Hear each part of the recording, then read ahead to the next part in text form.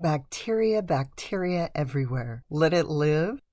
Should we sanitize it? Just kill it off? Can we sanitize our way to health?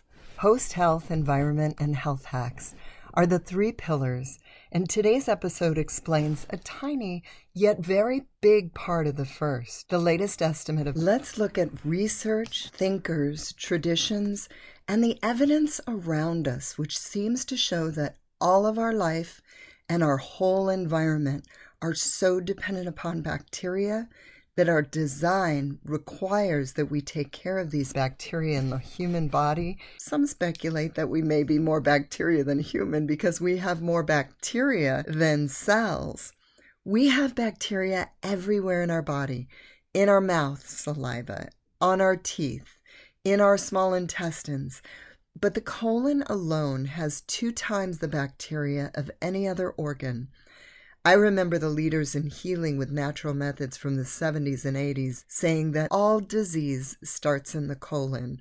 And I know this has been confirmed by things happening today where we realize that the beneficial bacteria in our gut, well, I think it's Dr. Perlmutter who says that we used to think it was our second brain. Now we're starting to think it's our first brain.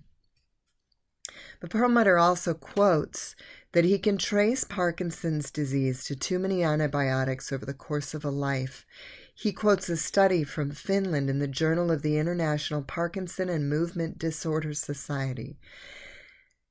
They looked at 54,000 people and found 40,000 people without Parkinson's disease and compared them to the 13,900 with Parkinson's and found it very likely that antibiotics are a contributor. Total tetracycline exposure 10 to 15 years before getting Parkinson's was shown to be a factor. Sulfonamides and trimethoprim and antifungal medications 1 to 5 years earlier were also shown to make one more likely to have Parkinson's than those who didn't have it. The scientists showed a 95% confidence interval that killing the bacteria with antibiotics could really lead to disease. Could killing off our bacteria be tantamount to killing ourselves? Have you heard of MRSA?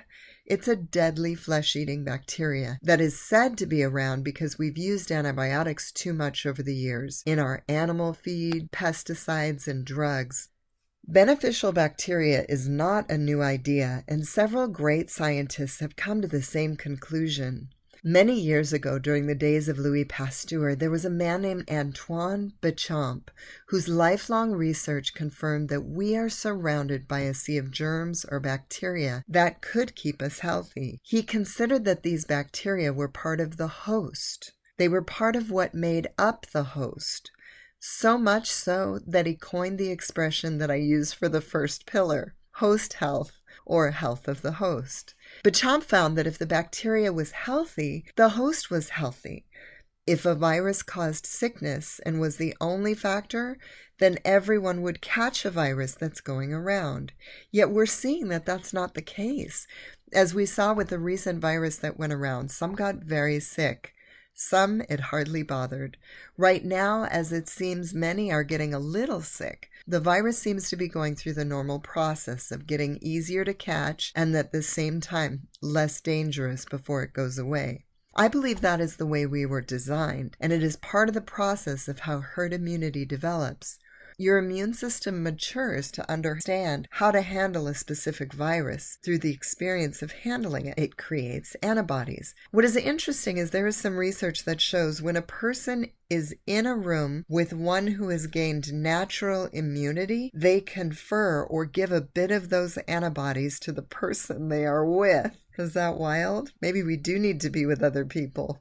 Watching this virus has shown us a few things. One is that not everyone who gets it gets very sick. The ones who have compromised immune systems are the most at risk. We know that the virus cannot be the only factor, as sometimes people get sick, sometimes they don't, and there are differing degrees of illness. If you have a healthy host, it means that you have a strong immune system. So what makes the difference? Does science know?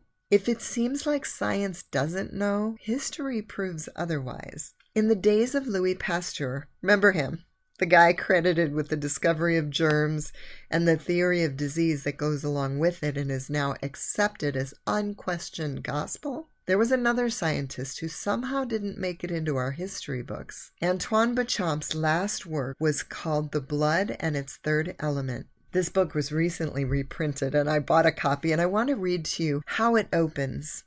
This book is the last work by Professor Antoine Béchamp, a man who should, by rights, be regarded today as one of the founders of modern medicine and biology. History, however, is written by the winners, and too often has little to do with the truth. The career of Antoine Béchamp and the manner in which both he and his work have been written out of history are evidence of this." End quote. So Béchamp was the first one we know of to come up with the idea that we need to take care of our bacteria to live healthy, and his ideas were so far from the day's narrative that he was canceled or fact-checked. Was Béchamp the only one to think we were made up of bacteria? Rife was the next one to come up with this idea, as he had a stronger microscope.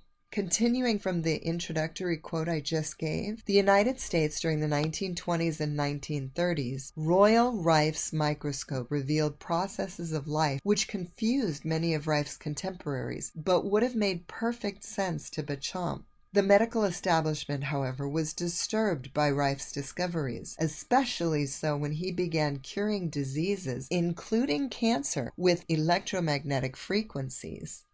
Rife and his discoveries were soon consigned to that special anonymity that is reserved for those who threaten the status quo, unquote. How dare he threaten the status quo? My purpose here is to get you healthier, so I will not focus on all the evidence of malfeasance over the years. Just know that it can be enlightening to see the bigger picture, so I'll include a little bit that you can research for yourself. Find a private search engine and search October 2020 Truth Initiative on DuckDuckGo or any other private search engine. The media and social media platforms agreed to the Truth Initiative.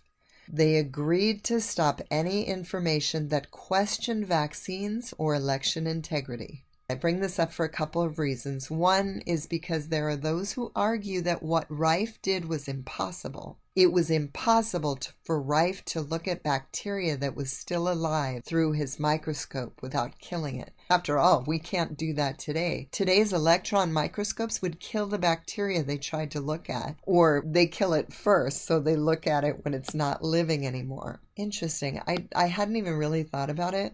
But we do have microscopy microscopes. They're not typically used in the medical community, but they do look at live blood. So I guess what Rife did wasn't impossible. It just wasn't popular. The second reason is even more disturbing. The second reason is even more disturbing than someone doing the impossible. Yet it does make sense in the light of history that if your immune system can provide the protection you need, then drugs and expensive treatments are really not necessary. There might be people in industries that wouldn't want you to know that might want to protect the current narrative by squashing information that may threaten the status quo. To be honest, that held me back from starting this podcast for at least 2 years. Back to the topic at hand.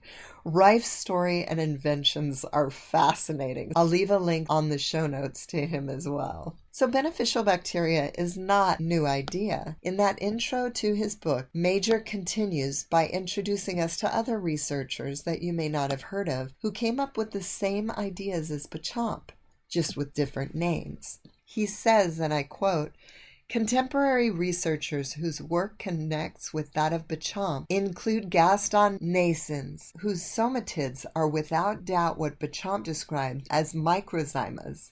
Naessens has gone further than Béchamp, though, aided by his revolutionary microscope technology, and has identified the various stages of a somatid life cycle. Just recently, Dr. Philippa Owens of the Center for Microscopy and Microanalysis at the University of Queensland in Australia has been making headlines with her work documenting the existence of nanobes, which she describes as involving morphological and microstructural characterization of novel nanoorganisms. As I read this again, morphological, that means that the bacteria can morph. This was another idea that Béchamp had that has been dismissed for a long time. But it's interesting that now it's coming back to life. One can't help but think that Béchamp, Rife, Nasons, and Dr. Owens are all talking about the same thing. There is no single cause of disease. The ancients thought about this. Béchamp proved it and was written out of history for his trouble, unquote. There is a big movement these days, however, that is revealing that probiotics, beneficial bacteria, microflora, microbiome, and nanoorganisms may be talking about the same thing. All these researchers with the same idea under different names. Is it possible? Beneficial bacteria may be a critical component to host health and why a virus doesn't make everyone sick. And I leave you with this. Consider, if we have more bacteria than cells, would killing our bacteria kill us?